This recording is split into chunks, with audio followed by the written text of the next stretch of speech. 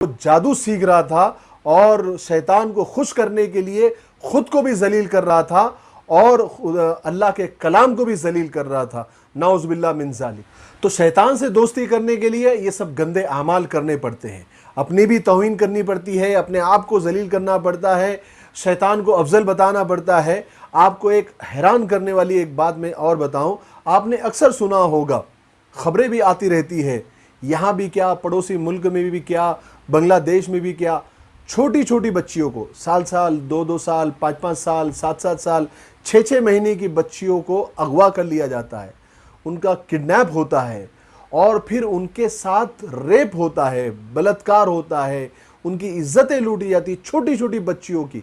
और फिर इज्जत लूटने के बाद उनको जिंदा नहीं छोड़ा जाता, बल्कि उनको कत्ल कर दिया जाता है, बेरहमी के साथ में उनके हाथ पांव काट कर जंगलों में फेंक दिया जाता है।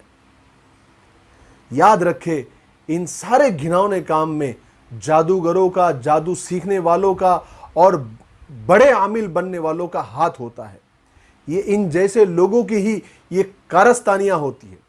देखिए, अगर सिर्फ ख्वाहिश पूरी करनी होती तो ख्वाहिश पूरी करके उसको छोड़ देते, बेरहमी से क्यों कत्ल करते, उसके हाथ पैर क्यों काटते, जंगलों में क्यों फेंकते, इसकी क्या जरूरत है।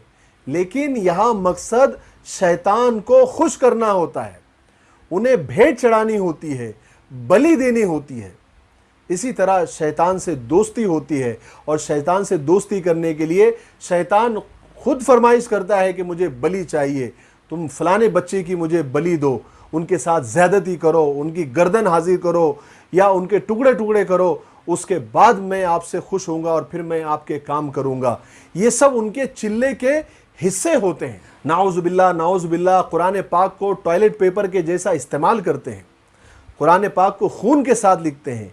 ये उन चिल्लों के, उन गंदे चिल्लों के हिस्से होते हैं। उनको शैतान से दोस्ती करनी होती है।